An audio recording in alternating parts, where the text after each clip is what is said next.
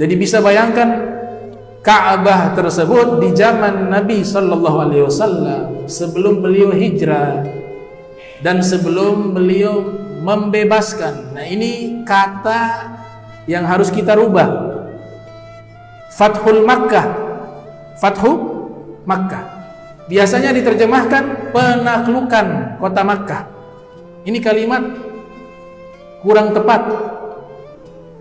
Kalau artinya penaklukan kota Makkah, berarti di sini Nabi datang merampas. Nabi datang merampas. Kemudian menundukkan dengan peperangan. Sudah kalah baru ditaklukkan.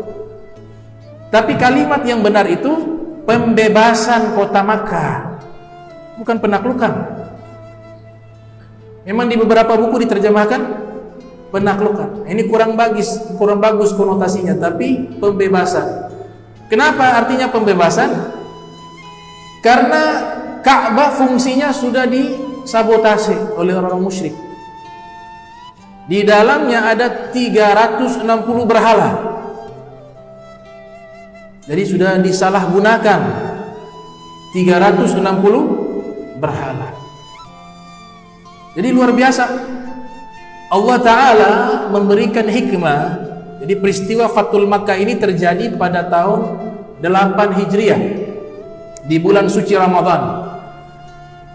Jadi sebelum daripada peristiwa pembebasan kota Makkah, bukan penaklukan, pembebasan kota Makkah, itu terjadi kesepakatan perdamaian antara kaum muslimin dengan orang-orang musyrik.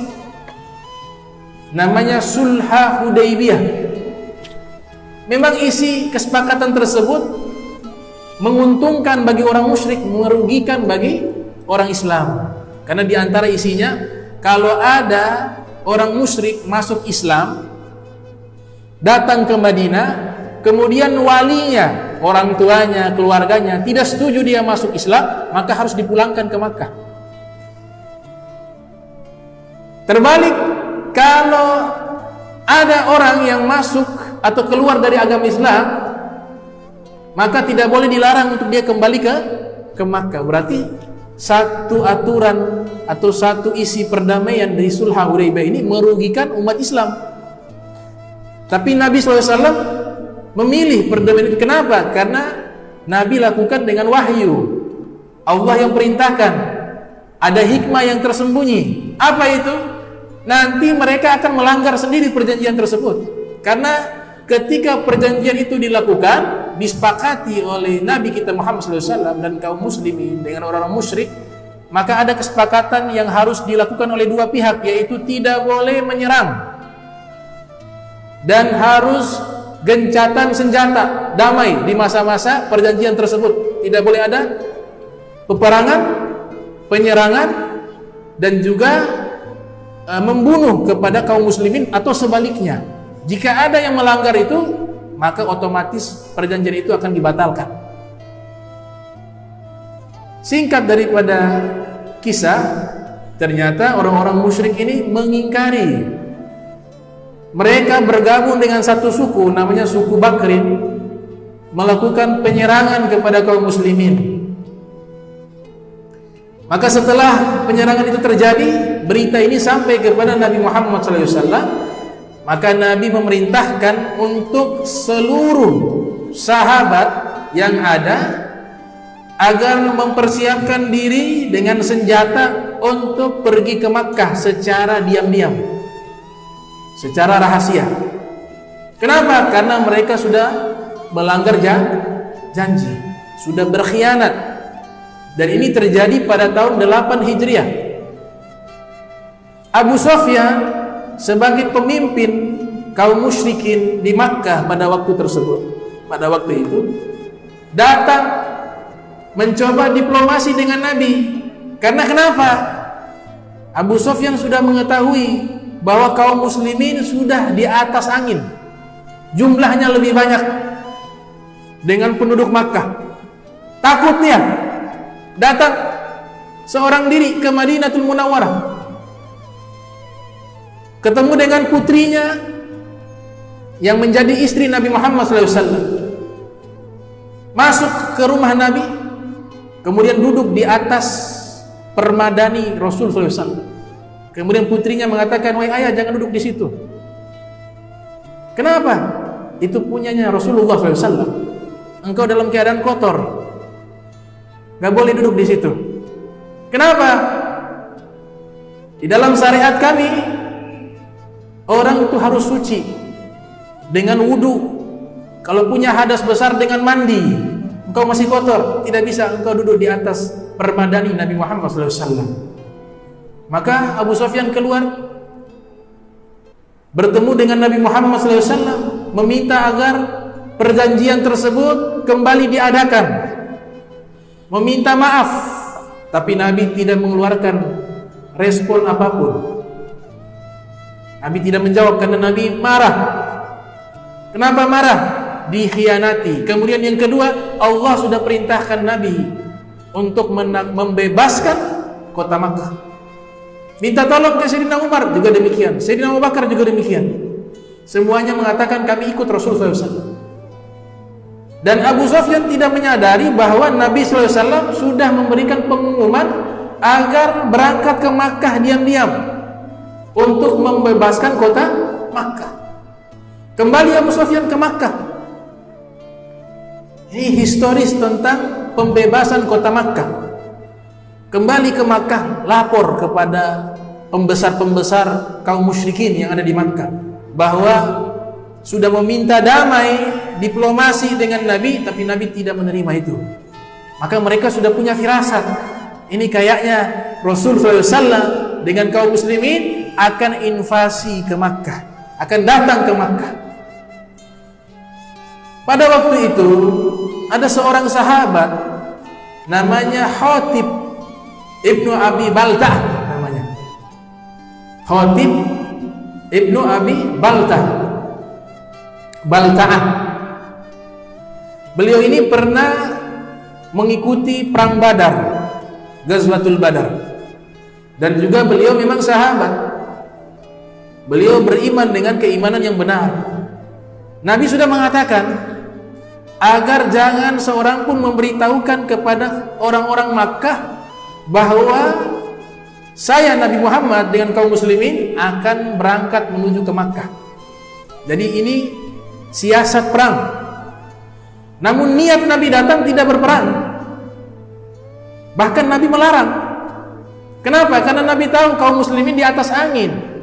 Orang-orang Makkah musyrik jumlahnya sedikit. Itu kurang lebih disebutkan oleh Dr. Said Ramdan Al-Buti dalam kitab Fiqh Sirah Nabawiyah. Itu kaum muslimin pada waktu itu jumlahnya 10.000 pasukan.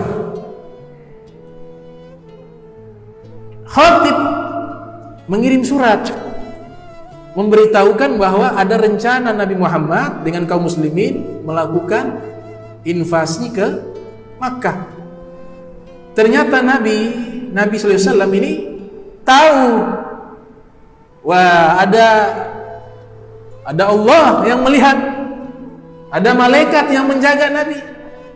Entah bagaimana Nabi tahu, Nabi perintahkan kepada Sayyidina Ali bin Abi Thalib dan Sayyidina Zubair bin Awwam dan Miqdad al-Aswad untuk pergi di satu tempat. Di situ ada seorang wanita membawa surat. Ternyata itu surat yang dititipkan oleh Khatib untuk dibawa ke Makkah dengan tujuan memberitahukan orang-orang Makkah bahwa Nabi Muhammad ingin menuju ke Makkah, invasi ke Makkah. Maka wanita ini dikejar oleh Imam Ali, oleh Zubair bin Awwam, oleh Miqdad al-Aswad. Akhirnya ketemu itu wanita.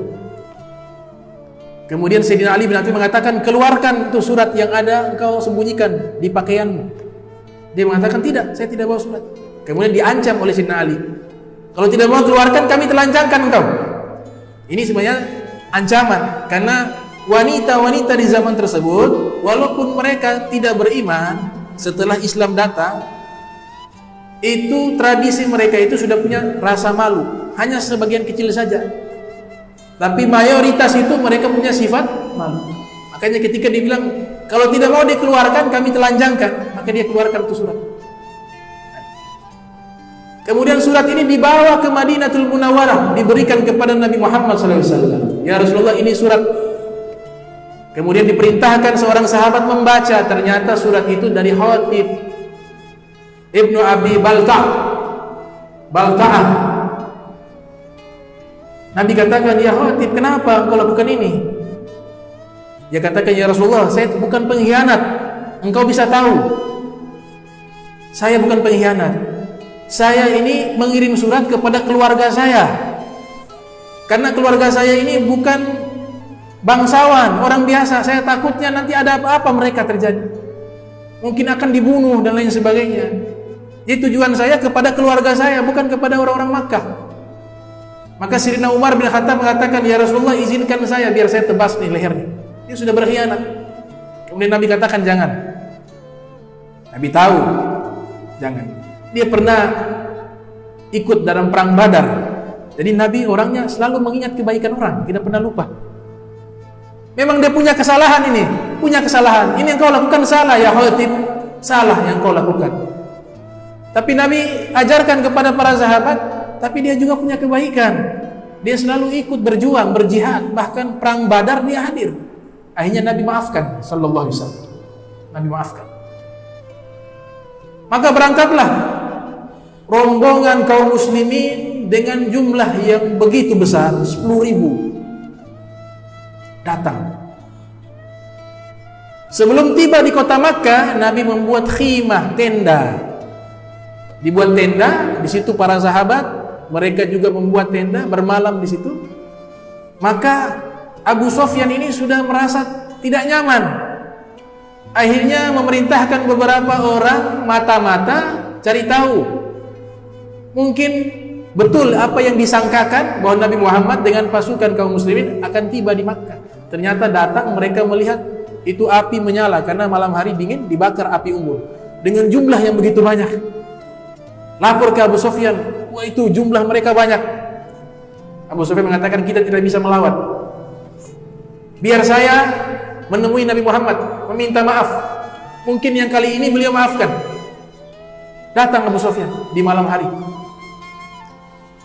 Sampai akhirnya ketemu dengan Nabi SAW. Ada Sayyidina Abbas, paman Nabi Muhammad SAW. Kemudian Abu Sufyan meminta maaf kepada Nabi. Nabi mengatakan, sudah tidak bisa ini. Sudah sampai di sini, masa disuruh balik? Kemudian Abu Sufyan akhirnya menyatakan keislaman, menyatakan syahadatain di hadapan Nabi Muhammad SAW. Nabi terima keislamannya dan Nabi perlakukan dengan baik. Sayyidina Abbas mengatakan, ya Rasulullah, inna Abu Sufyan rajulun yuhibbul fakhra faj'al lahu syai'ah. Wahai Rasulullah, ini Abu Sufyan seorang laki-laki menyukai kemuliaan. Bagaimanapun juga beliau pemimpin di situ, gengsi, punya sifat gengsi. Tolong berikan sedikit kemuliaan kepadanya. Nabi kasih. Nabi katakan, sampaikan kepada orang-orang Makkah, man dakhala dara Abi Sufyan fahuwa amin, wa man aglaka alaihi babahu fahuwa amin, wa man dakhala al-masjida fahuwa amin. Siapa yang masuk ke rumah Abu Sufyan, dia aman. Siapa yang mengunci pintu rumahnya, dia aman. Dan siapa yang masuk ke masjid, dia aman. Nabi berikan kemuliaan kepada Abu Sufyan. Abu Sufyan datang, kembali pulang ke Makkah. Sampai ke Makkah, memberikan pengumuman, siapa yang masuk ke rumah Abu Sufyan, dia aman. Siapa yang masuk ke rumahnya kemudian pintunya dikunci, dia aman. Siapa yang masuk ke masjid, dia aman. Sekarang kaum muslimin yang dipimpin oleh Nabi Muhammad, mereka telah ada tidak jauh dari tempat kita dengan jumlah yang besar, dan kita tidak mampu melawannya. kita tunduk kepada mereka. Maka Abu Sufyan datang, dalam satu riwayat datang kembali, riwayat yang lain beliau tidak pulang. Ada dua riwayat. Riwayat pertama mengatakan datang kembali menemui Nabi. Riwayat kedua, ketika menyatakan keislaman, beliau tidak pulang.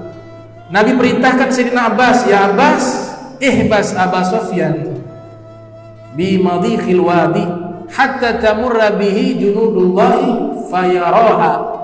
Wahai Sayyidina Abbas, nanti tahan Abu Sufyan di satu persimpangan lembah. Jadi ada satu bukit di situ. Nah, dari bukit itu bisa kelihatan berapa jumlah pasukan Nabi Muhammad. Nabi sengaja suruh cari lokasi di satu lembah di persimpangan, biarkan dia di situ, tahan dia di situ agar dia melihat begitu besarnya pasukan kami. Kata Nabi Muhammad SAW, pasukan-pasukannya Allah Subhanahu wa taala. Maka Sayyidina Abbas mengikuti perintah Nabi Muhammad SAW, dibawa Abu Sufyan di satu persimpangan lembah. Maka di saat itu, besok harinya, pasukan itu keluar, kaum muslimin. Abu Sufyan terheran-heran, ini siapa mereka nih, pasukan ini? Ini kaum Ansar. Ini siapa? Ini kaum Muhajirin. Ini siapa? Ini dari suku ini, dari suku ini, dari suku ini. 10.000 orang. Dia bilang, engkau punya keponakan seorang raja. Engkau punya keponakan, maksudnya keponakan dari Sayyidina Abbas kan Nabi Muhammad. Engkau punya keponakan ini seorang raja. Kata Sayyidina Abbas, tidak. Beliau bukan seorang raja, beliau seorang nabi. Beliau seorang nabi. Masuk. Orang-orang musyrikin gak bisa apa-apa. Ketakutan mereka. Bahkan ada satu laki-laki, dia mungkin dahulu pernah menyakiti, mengganggu Nabi kita Muhammad SAW. Dia melihat kedatangan Nabi, dia gemetaran. Nabi dengan akhlaknya mengatakan, tamahal, tenang, jangan panik, jangan takut. Inni lastu bimalikin, saya bukan raja yang zalim, bukan. Saya bukan raja, saya bukan orang zalim.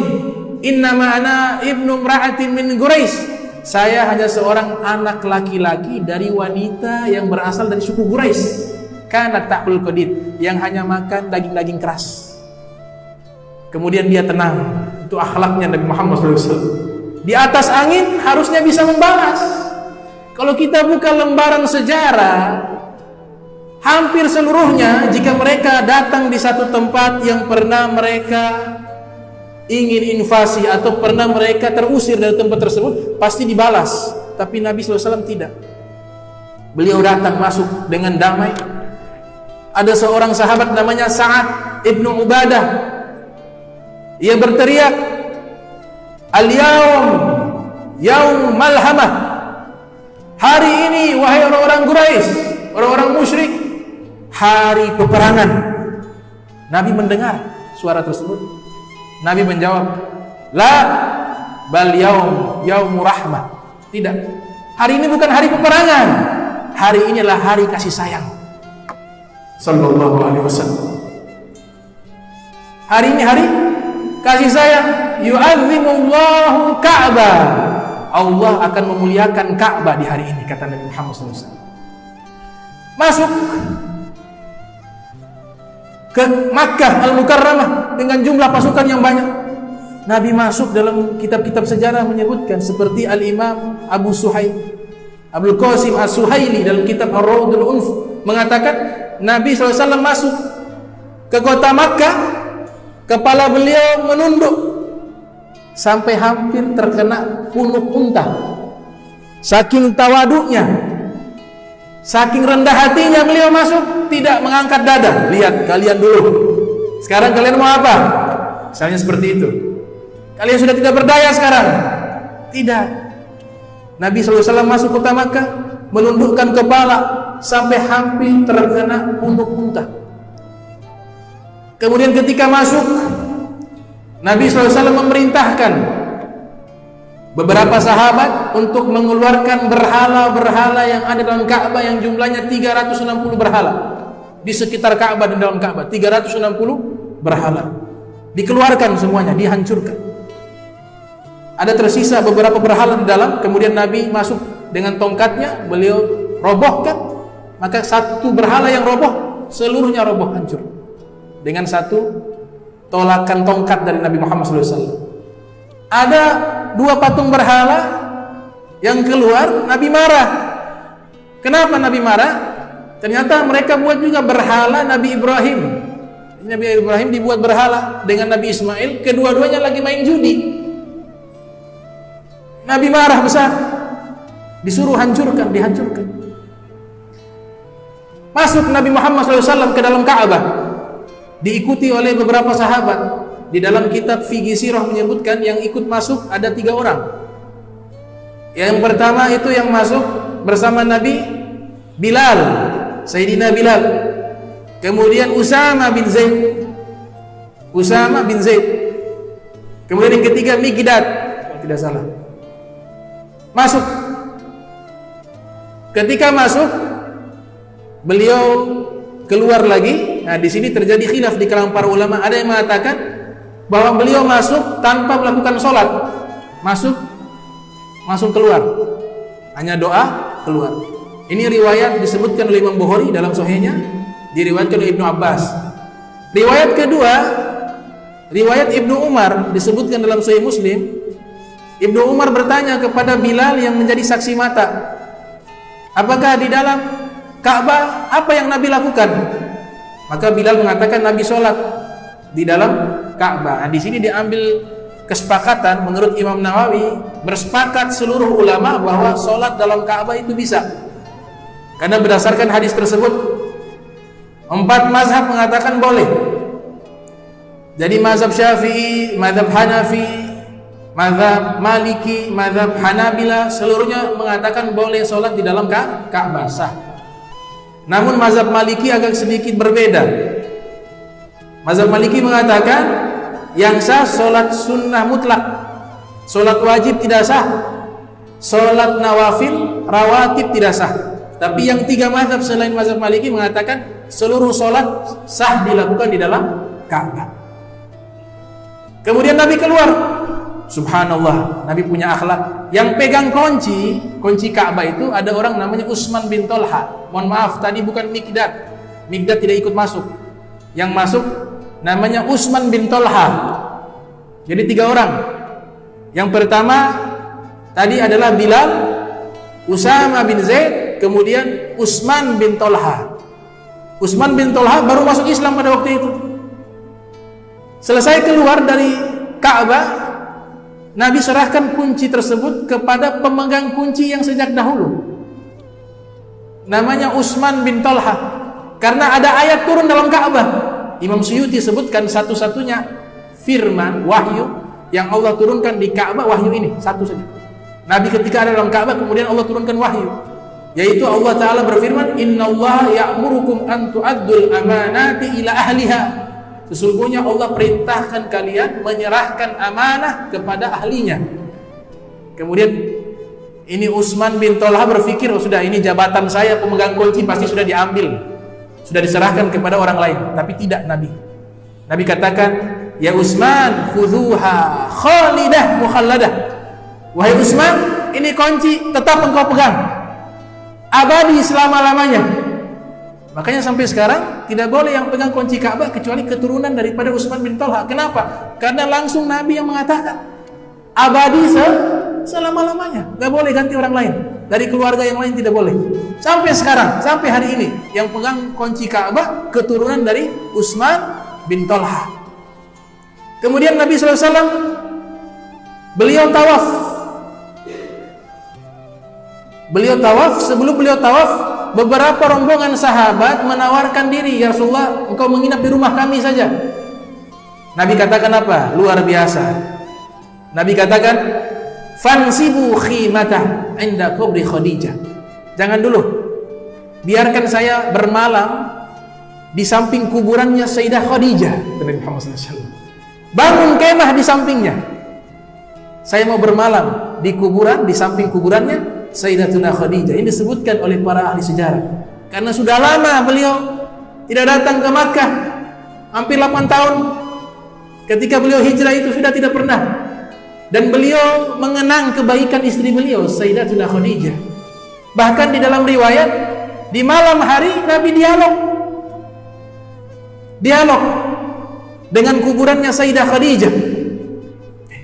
Nabi bisa lihat itu alam barzakh lain, tidak seperti orang lain, manusia biasa, tidak, gampang, mudah.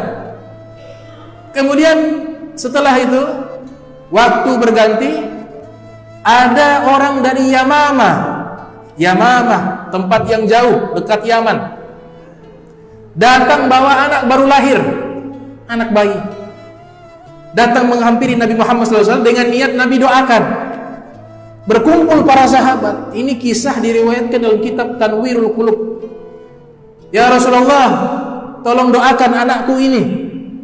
Anak masih bayi, baru lahir. Sebelum Nabi doakan, Nabi bertanya kepada bayi tersebut, ya gulam, man ana? Wahai anak kecil, wahai anak bayi, kenal saya? Saya siapa? Kata Nabi Muhammad. Subhanallah, itu bayi bisa berbicara. Bayi tersebut mengatakan, anta Rasulullah, engkau adalah utusan Allah. Fakunna nusammihi Mubarak Yamamah. Karena setelah anak tersebut mengatakan anta Rasulullah, engkau adalah Rasulullah, dan didengar oleh seluruh yang hadir, kemudian Nabi berdoa, barakallahu fik, semoga Allah berikan keberkahan kepadamu wahai anak bayi. Maka kami menamakan anak tersebut Mubarak Yamamah, anak yang mendapatkan doa keberkahan Nabi Muhammad SAW. Dan anak ini tumbuh, ya, usia 1 tahun, 2 tahun, tidak bisa bicara. Karena sudah pernah bicara waktu bayi, Allah simpan dulu dia punya lidah untuk berbicara, sampai sudah balik baru bisa bicara. Sudah balik baru bisa bicara. Kemudian Nabi SAW perintahkan Sayyidina Bilal naik ke atas Ka'bah, azan. Naiklah Sayyidina Bilal di atas Ka'bah. Ketika beliau azan, terdengar ada orang-orang yang baru masuk Islam, masih punya ta'assub bil gabail, fanatik kesukuan, masih punya rasisme. Islam agama yang anti rasisme. Dalam kasus ini jelas orang-orang yang baru masuk Islam ketika melihat Sayyidina Bilal naik di atas Ka'bah melantunkan azan, kemudian mereka mengatakan, kenapa yang azan harus orang hitam ini? Karena beliau Afrika. Kenapa tidak yang lain yang lebih mulia? Ternyata berita ini sampai ke Nabi Muhammad SAW dan beliau marah. Beliau mengatakan, la fadla li arabin ala ajami, wala li ajami ala arabi, wala lil abyad ala al aswad, wala lil aswad alal abyad illa bitaqwa. Nabi katakan, tidak ada keutamaan orang Arab lebih mulia dari orang non Arab. Ini secara umum, karena nanti ditahsis dengan riwayat yang lain. Secara umum ini ajaran Islam. Tidak ada kemuliaan orang Arab lebih mulia dari orang non Arab, atau sebaliknya non Arab lebih mulia daripada Arab, atau orang kulit putih lebih mulia dari orang kulit hitam, atau orang kulit hitam lebih mulia dari orang kulit putih, kecuali yang dilihat kebaikan dan ketakwaan, kata Nabi Muhammad SAW. Ini kan mengajarkan kita tidak rasisme. Orang Eropa baru kenal sekarang, Nabi kita sudah ajarkan ribuan tahun lalu kepada kita sallallahu alaihi wasallam. Selesai azan, tidak langsung sholat, Nabi khutbah, la ilaha illallah wahdahu la syarika lah, sadaqa wa'dah, wa nasara abdah, wa hadhamal ahzaba wahdah. Kemudian Nabi mengutip ayat Al-Quran, ya ayyuhan nas inna khalaqnakum min dzakari wa unsa wa ja'alnakum syu'uban wa qabaila lita'arrafu inna akramakum indallahi atqakum. Dalam riwayat yang lain, Nabi selalu mengulang-ulang ayat surat Al-Fatah ketika masuk ke kota Makkah, inna fatahna laka fatham mubina. Kemudian Nabi tawaf. Ketika Nabi tawaf, ada seseorang di belakang Nabi ikut tawaf, tapi dalam hatinya ada niat ingin membunuh Nabi. Dia sudah siapkan pisau beracun, dia sudah sembunyikan, dan berada persis di belakang Nabi Muhammad SAW, menunggu kesempatan dan waktu yang tepat dia akan menusuk Nabi dari belakang. Namanya Fudalah Al-Laythi. Ketika tawaf di belakang Nabi Muhammad SAW, Nabi tahu. Nabi berbalik arah menghadap ke Fudalah dan bertanya, "Anta Fudalah? Engkau namanya Fudalah?" Dia katakan, "Na'am, ya Rasulullah, ana Fudalah. Saya adalah Fudalah." "Madza kunta tuhadditsu bihi nafsuk?" Apa yang sedang kau simpan dalam hatimu? La syai. Pada ada niat mau bunuh Nabi. Dia katakan, "La syai ya Rasulullah. Tidak ada yang saya simpan. Kuntu azkurullah. Saya sedang zikir kepada Allah." Fadahikan Nabi SAW. Nabi tertawa. Nabi katakan, "Istaghfirillah, istaghfirillah." Beristighfarlah kepada Allah. Tawaf lagi. Putaran kedua. Nabi bertanya lagi, "Ya Fudalah, apa yang kau bisikkan dalam hati?" "Tidak ya Rasulullah, saya sedang zikir kepada Allah."